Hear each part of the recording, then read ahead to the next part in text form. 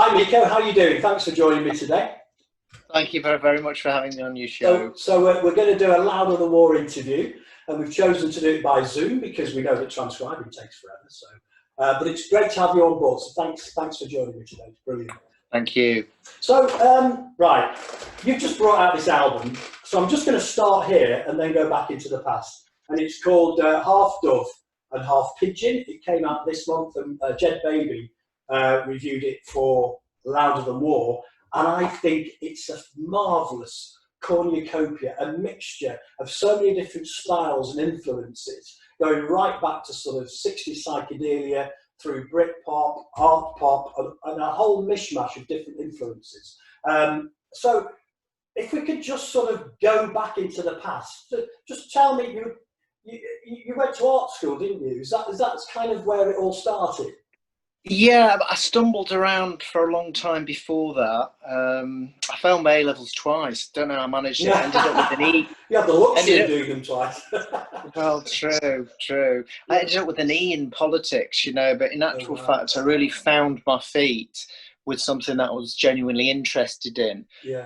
There was something about the academic side of music that I wasn't massively drawn to at that point, and it was really almost by accident ending up meeting a tutor who worked at the art college. He invited me along essentially to free courses. I said, "Oh, well, I mean, you've got to pay." No, come along, it's fine, I've got loads of friends there. So he introduced me to that sort of bohemian lifestyle. So you went from doing sort of standard A-levels of normal sort of school A-levels to go into art college, which was different. Yeah, well, I went away, actually. My mum managed to talk me into a course in Nottingham for a year, and I had a completely hedonistic time and ended up getting chucked out at the end of it. I had that complete exam whiteout where you're asked an exam question and you honestly haven't got a clue as to how to respond. But didn't I think somewhere that you got expelled from school for projectile vomiting? What's that about? I think that was nursery, actually. I didn't want to go. Wonderful.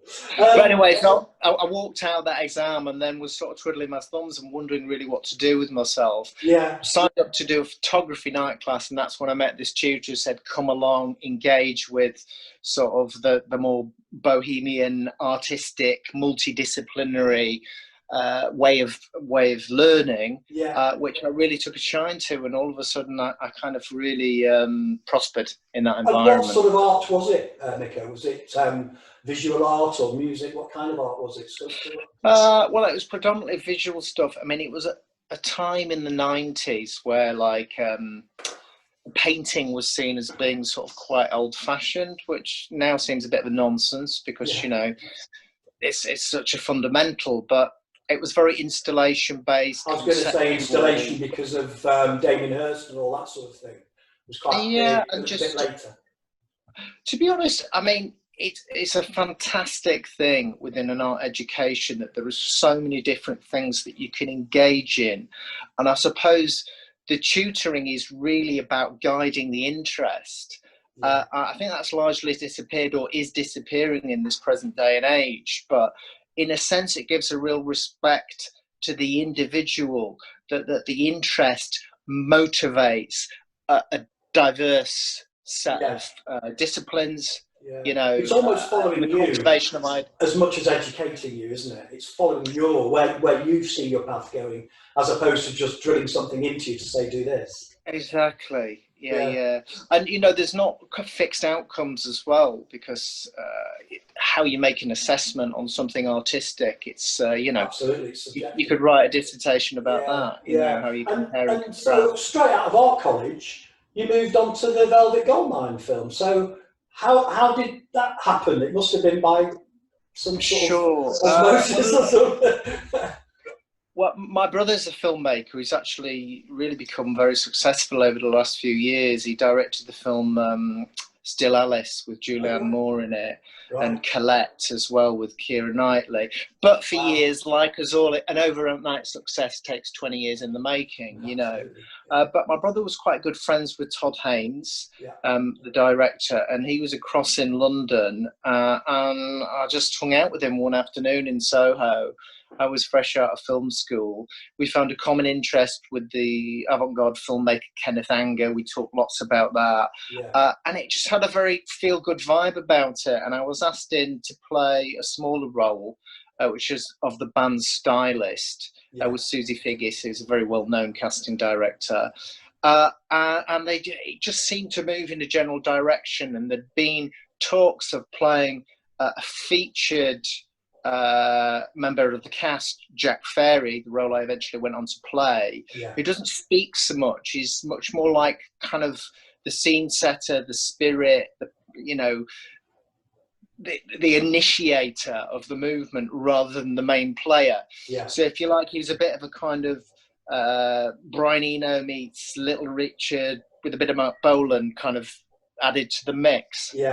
Which is a fantastic, gift from God, quite literally, to play, because I didn't really have any acting experience. So from that, I just really immersed myself in the scene from that time, read as many biographies as I possibly could.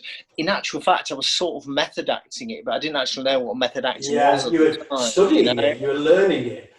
And just real subtle things that I picked up, like not eating in front of others in public, not going to the bathroom, this kind of thing. So you have this slightly otherworldly presence that you're not actually functioning in the usual way that most humans do.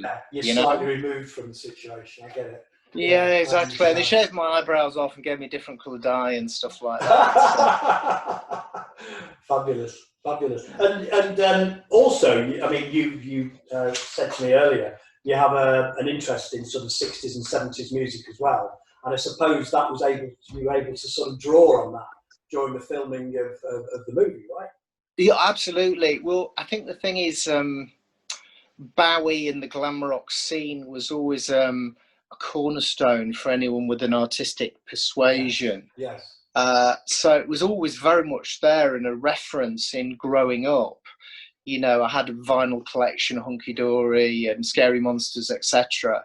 But when you kind of evolving, if you like, what's a better word, I don't know, you go to many different places and draw on many influences. So it was there, and it was there as a big influence, but it sort of flits in and out of your consciousness maybe over the years, But when it came, because I was very into electronic music in the 90s, I was a bedroom musician. Yes, I see that. And I worked under the name The Bowling Green. Did I read somewhere you worked with Velvet then?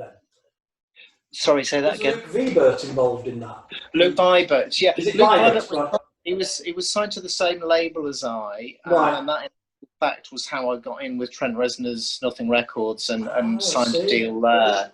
I mean, I was kind of lucky to get on the back of that deal, really, because it was Square Pusher, Autekra, Plaid, Luke Vibert, really quite big artists. I was a bit of a junior, but they liked me, so.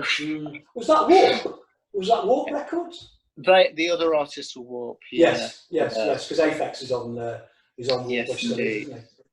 Indeed. So the Bowling Green, you did a couple of albums as the Bowling Green, didn't you? Or did you? Indeed, yeah. I did One Pound Note in '98, and then Fabrications, which was about 2001 or something. So how did you get from playing a sort of, somebody in a glam film to creating electronic music? I mean, well, exactly. It was a bit of a contradiction in terms, and that was part of the coin.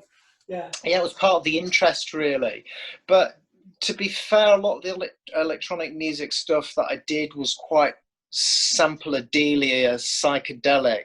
I used to basically just record loads of old films that were on at like 2 o'clock in the morning and just get as many CDs and records as I could out of the record library. So I'd just be sourcing and gathering material from all over the place. So it was very much of a kind of collage affair with analog synths placed over the top. But if you go back to that time, then being the bedroom musician was what everybody was doing, because the technology became accessible to all really for the first time, So the classic setup was an Atari ST and an Akai sampler. And that's pretty much what, with a couple of analog synths, and that's pretty much what everybody But uses. then there's another jump, isn't there? There's another jump from sampling and combining and creating beats to actually sitting down and working out verse, chorus, chorus, middle eight, blah blah blah. It's a completely different writing process. So how did that go from there to there? Well, sort of I mean, songwriting career. I played guitar, you know, initially from being very young, from being about 10. But when I got into electronic stuff, it was much more keyboard orientated. In a sense, the technology really had to improve in order to fully incorporate, you know, hard disk recording, placing a guitar, all that sort of stuff. Yeah. People used to to make use it ADAT. DIY, to extend the DIY idea, to make it accessible to somebody that wasn't going into a studio to do it. Sorry, say that again. To make it accessible for somebody that wouldn't have the funds necessarily to go into a studio, it was important that the ability to record that sort of stuff at home was made available to you. Absolutely, yeah. I mean, everybody was dead into DAT tape, you know, digital audio tape. Because it was these things where you could do stuff and get a recording together at home that was pretty much releasable. Absolutely. You know. Absolutely, and had the quality. That is a revelation. I mean, you know, people still talk about and romance the Atari, but think about the amount of music that was made off 1 megabyte. Yes. You know, exactly. It's unbelievable nowadays. Yeah. But, you know. Yeah. So, you became like a solo musician, writing songs throughout the sort of late 90s into the 2000s. What happened next? Well, I think really, with the Velvet Goldmine thing and the Bowling Green, it felt like it had run its course at a certain point, you know. And as the technology improved, I was more gravitating to the guitar as a writing instrument. Yeah. So it was coming back to the first thing that attracted you to make music, essentially. Exploring lots of creative avenues, but really coming back to where you first began, and that was primarily with the guitar. And I think there is something about band-based music which takes to the stage perhaps better than electronics, you know. I mean, there's a few people that have done it very, very well. I mean, it's a bit of an overstatement perhaps, but guitars are almost born for the stage, you know, and performance. I've seen a few artists. I've seen a few electronic artists. I think probably the last one was Clark.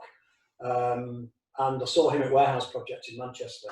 It's not a great show. I mean, they put a good light show on, but they're literally sort of twiddling, you know, buttons and stuff like that. Well, it doesn't have that visual element to it on stage. Sure. I mean, but having said that, you know, it's application. I mean, I'm a huge Kraftwerk fan and was totally obsessed with them literally for decades. And they're doing really a lot of live stuff. People say, oh, but they're just behind their computers checking their emails. They're not. There's a lot of live playing. Unless they send their robots out on tour and then he's just fall off. That's the PS resistance, isn't it? That's the logical conclusion to it all. Absolutely. But if you check on YouTube, you can see clips where someone's managed to catch what's going on, you know, at the rear. And then you can see Kraftwerk playing lots and lots of stuff. And also I've seen them sometimes a couple of nights apart, and the renditions of the songs have been quite different. Yeah, absolutely. Yeah. But being on stage, the ability to go on stage, which sadly we're not allowed to at the moment, it gives a visual aspect, the ability to become a band, to wear the clothes, whether you're Istist and you're all dressed in black, or the Stranglers all dressed in black, or you're yourself, which is slightly more dandy-ish, and you know, you can all dress individually. And I've seen, obviously, Micko and the Mellotronics, they're all individuals. They're very much personalities as individuals, and they present themselves well on stage. And also we're all different ages as well, you know. Yeah. So I think that's very appealing. Yeah. Instead of like having one collective identity, there's a kind of link there between us all. But you know. There's a few decades apart, you know, and what the hell? That doesn't really matter anymore, and that's very good news. Absolutely not. We've got some friends in Death Robot and Stepford Wives, and they're all different ages, you know, from the 20s to 50s. So it's well, remarkable. there was the notion, wasn't there, that, you know, you couldn't make music like 30 or 25 was the benchmark. That's right, when you got to a certain age. Yeah. Then you had even to shop. Bowie. Even Bowie was regarded as being old when he broke through in 1972, you know. He was kind of, you know, 27 years old or something, you know, sort of long in the tooth to be to start his career. And, well, you think of the Big O, you know, he died when he was like 52 or something, Roy Orbison, you know. It's amazing, isn't and it? yet he just seemed completely from another time, from another age, you know. So bring us forward then, and I'll show this to the camera. This is Micko and the Mellotronics' new album. It's called Half Dove, Half Pigeon. I've played it. I love it. I was drawn in by Psychedelic Shirts, obviously. Well, not obviously, but it was the first track that I heard that Jed Baby made me aware of. And I'm literally transported right back to the 1960s. This album is packed with nods to lots of sort of various different genres. And of course, Psychedelic Shirt, Lucifer Sam, it's very Pink Floyd oriented. So it runs through the gamut of psychedelia, through Britpop, through alternative and art pop. It's a very eclectic album, isn't it? I guess, yeah. I mean, people make that point. I mean, to me, I don't necessarily feel that it is, because I think there's a commonality, really, which does actually connect it all. Yeah.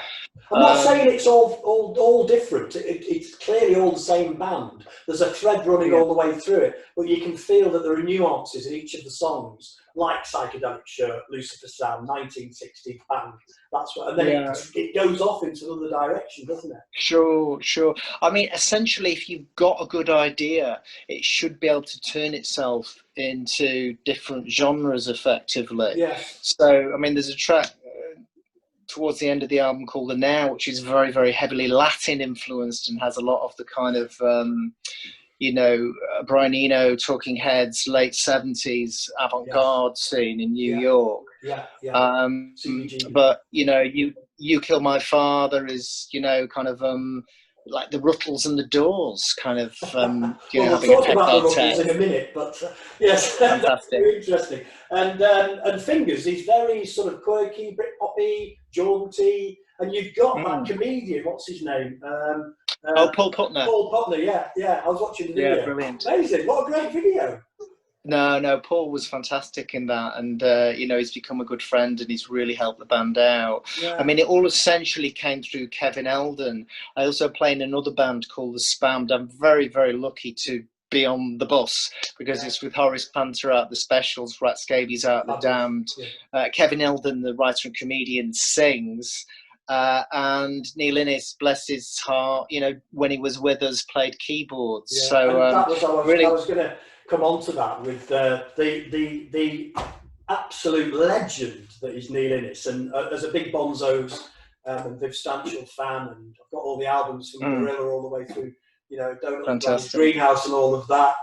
Absolute legend. How did you get Neil Innes on board?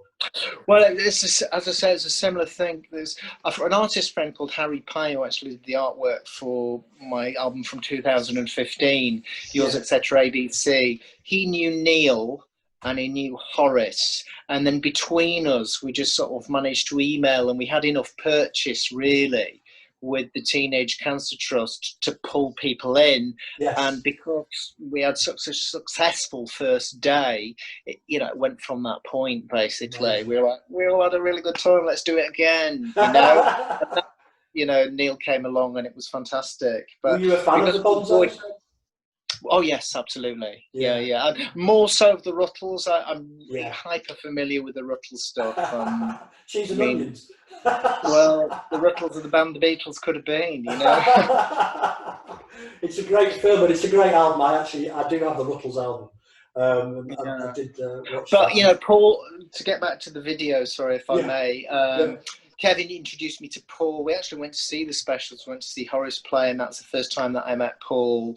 And then I asked him if he'd think about being in the video, and he said sure thing. And then I had a friend that ran a gay pub down in Vauxhall. So we had an environment, and what we were really trying to illustrate was a clash of cultures. Essentially, a Brexiteer estate agent type accidentally finding himself in a gay bar and being served by a bearded lady. Yeah. So, and to work with that as well, because the thing about the track itself is that it doesn't particularly look favorably on the character, but in the video we were able to work with the notion of him letting go of some of his prejudices and inhibitions and going with the flow a little bit more, which, you know, it's a great problem solver, you know. Yeah. Acceptance. It's a great it's video. it's like multiculturalism. No one has an issue with it when you live in a multicultural environment. No, absolutely right. Because you experience it firsthand, and it's just what you know, and it's fantastic. Yeah, and it's what life's about ultimately. Is variety. Breaking down prejudices. I completely agree. So, have you got more videos to come then, or shooting more videos for the album? Well, we did plan actually to do one on Sunday, but with things heading up to Christmas, you know, there's a lot of family relatives to visit and all the rest of it. So no one wants to shoot a video and then catch something and all the rest of it. I mean, you've experienced it firsthand. So I have yes, you know about that. Yes. And it's still not gone. I'm still a little bit chesty, you know. Sure. So, was it really bad?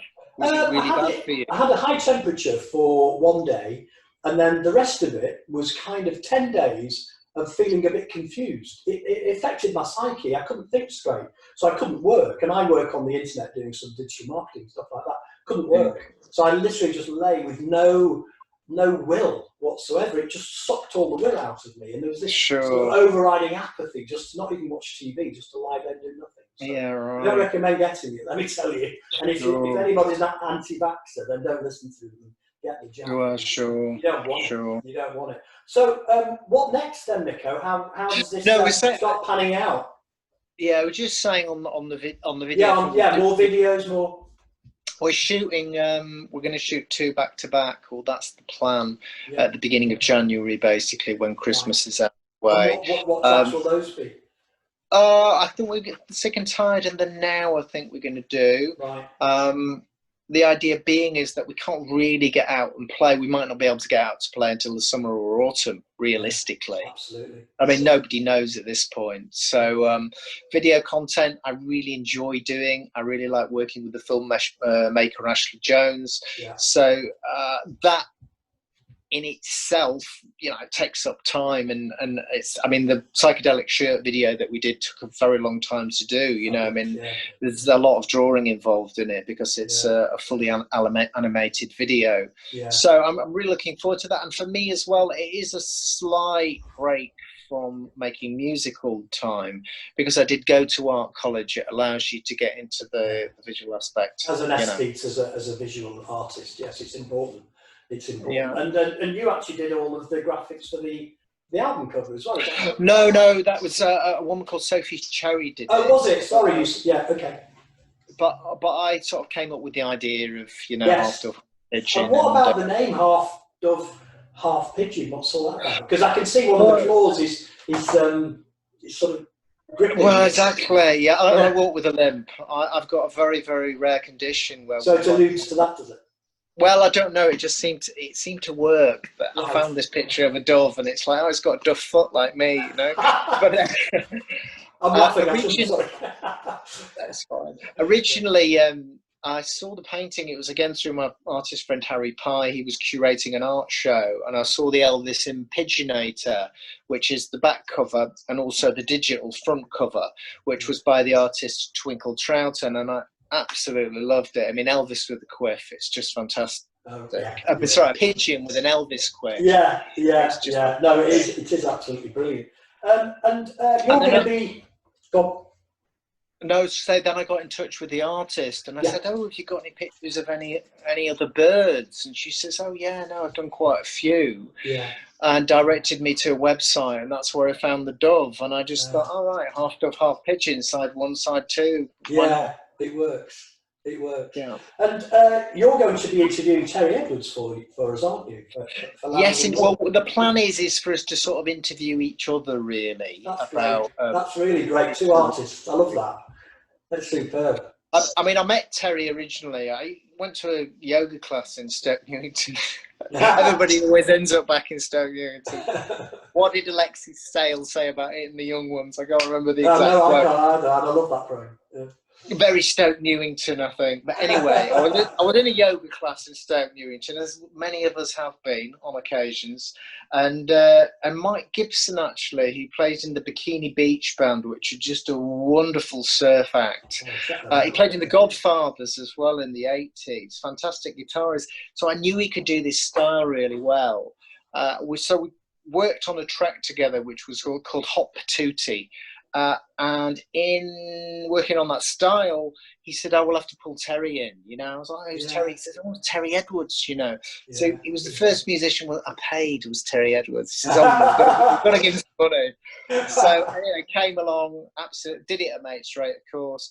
Absolutely lovely bloke, and I've stayed in contact and good friends with him, and worked with him on every project pretty much I've done ever since. And Terry put out my third album, Wax and Wane, on his sartorial label. And it's important to have that network, isn't it, of people that you can trust and rely on, and they can help you and you can help them, and it's nice. Yeah, well, I mean, the you know, fashion, entertainment, music, it can be quite flaky. And Terry, you know, he basically brought me back onto land. There was a gap between my second and third album for, you know, I was doing other work and other things were going on.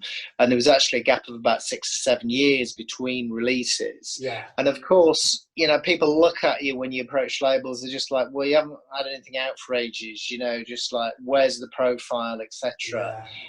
And Terry didn't have that attitude at all. He was just like, it's a good record, let's put it out, you know. And as I say, he brought me back onto land. That's really, really great. I was just going to ask you about the songwriting. Have you written all of the melodies and words, or have you collaborated on some of these songs?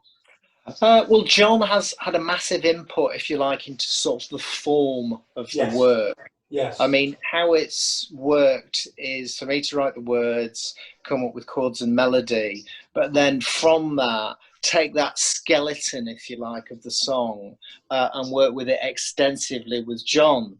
And as I said before, I've got a 3-year-old son, and John is an extremely experienced producer, as well as being a fantastic guitarist. So really, if you listen to the record, I don't think it's that hard to work out who did what, because John's just coming in with this incredible guitar, very intricate, a lot of very nice arrangements. But I was going to say that some of these songs are not obvious. They don't necessarily go where you expect them to go. They are intricate, and that's what makes it all interesting. It's what you can hang your hat on, and makes it a very interesting album. I mean, we both worked to dot.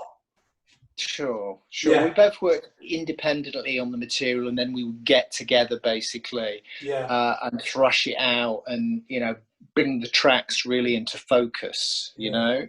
I mean, you know, delivering a vocal, when you sing the songs in your own head for a long time, it turns a bit into the Vic Reeves pub singer, you know, where the words have just sort of taken on a life of their own. And the listener can't make hiding a hair of what you've actually articulated. It was very good to have a sounding board with John, because he'd say, well, what's that line? I don't know what that means, you know, and then I go, oh, it's this. And he'd say, oh, you need to pull out and emphasize these words. That's great having a collaborator. I mean, that's the role of a brilliant producer, basically. They are able to have that degree of objectivity, which you can sometimes lose when you're very intermeshed in it. So can you tell me about the other members of the band, Micko? Sure. Vicky Carroll plays bass. We kind of nicknamed her the Wicket Keeper, because she's absolutely brilliant at being dependable. When we play live, she's just always 100% solid. And, you know, she's kind of like the soundtrack that you don't hear in a movie, you know, which is a sign that it's a good soundtrack, because basically it integrates really, really well with the band. I mean, I just met Vicky through a friend of a friend about not long. She's the most recent member of the band. She's only been with us a year and a half or something like that, but she really got what we were about and really sailed into it and put a lot of energy into being there. It's really important, Nick, of course, who was the first player that I met when we started forming and thinking about taking the band out. Absolute what energy and enthusiasm and heart in his playing, you know, he absolutely loves it and gives it 110%, you know, which performance wise he's fantastic. I mean, you know, people love him after the gigs because he just he really goes for it. Fantastic. That's, you know, it's what you want, an interesting kind of crazy drummer. Well, the heart of the band, the heartbeat of the band. I mean, a lot of people dish Ringo for being a crap drummer. He wasn't. He was a great drummer. He was the heartbeat of the Beatles. And really, and he could keep time brilliantly. No, absolutely right. Just how has isolation affected you? Has this allowed you to be more creative during the 2 bouts of isolation that we've had? How have you handled lockdown? Well, I've got a little studio, so I sort of had a runaway spot, which, you know, it's my man cave, my exterior man cave, if you like. Got you. So, you know, as I say, I've got a young boy, and with being in lockdown, everybody, I think, got cabin fever, unless you were frontline and having to work all the time. I did continue to work throughout. You know, I wouldn't say that it was the most fertile time, but I think that everybody was very twitchy and looking over the shoulders, and no one knew what was going to happen next. So it's quite a distracting time. But having said that, you know, I did soldier on with it basically and just kept writing. You know, sometimes you need these sort of little pockets of time to sort of push ideas around and, you know, kind of go back to I just constantly write things down whenever they come to me and all over the place, you know, just on little post-it notes, or write it in my phone if I get to it. Reminds me of the Ian Dury film. If you watch the Ian Dury film with Andy, a good while ago, he just literally wrote everything down on notepads everywhere, all around the house. Well, it's great with technology now that you can sort of cross-reference your thinking, because a lot of the time with kind of phrases or absolute meanings, you know, traditionally had a dictionary before, and, you know, the thesaurus, very, very helpful in terms of playing and pushing around words on the page. You know? And also just capturing things as well, just playing the guitar or thinking of a phrase, and you can just click a microphone on straight away and it's there, you know, because the subtlety in turn of phrase and the nuance is very, very important, you know. I mean, the English language is brilliant in terms of the fact that you can say things in so many different ways. Absolutely. You know, I mean, it Mandarin, it's just there's one sort of way of saying everything. Well, you could use it as kind of evasion tactics, which is what the middle classes often do. That's another doing different direction. That's a subject for another time. That was about the hobby that we don't know about, Micko. Everybody's got something they're hiding. Everybody's got something that they do secretly. Well, obviously, like a hobby or something. I introduced somebody, he said he was into extreme frisbee. I'd never heard of it, but hey, you know, we've all got something going on. Well, I do like snooker. It has to be said. It's the only sport that I'm really drawn to. I mean, it's on the TV now. Well, there you go. Excuse me. He's off. I'm not as much of a devotee as I was, you know, in days gone by, but it's very relaxing, you know, and I kind of find it's like chess on wheels, you know, because it's quite cerebral in terms of series of outcomes, and also actually sit and watch it sometimes. It's very cathartic. You can just sit there and kind of lose yourself in it, can't you? You know. And also, I love Columbo. So, oh wow, really? Columbo's been a major aspect of my life during lockdown. Fantastic. I mean, I used to get into it and stuff, I don't know, in the 90s, or I'd catch an episode or something on, you know, ITV4 or something. But I think there's something about a detective that doesn't carry a gun, that doesn't get involved in car chases, that also tracks down the privileged and wealthy, you know? So it's relevant in today's time. Isn't it? Do you think it was written by a socialist, you know? Do you think that's where it came from? Well, there is so much kind of unfairness within Yeah. society, and Yeah. when you see a campaign of the right thing being done, everybody loves it for obvious reasons. Right. Totally right.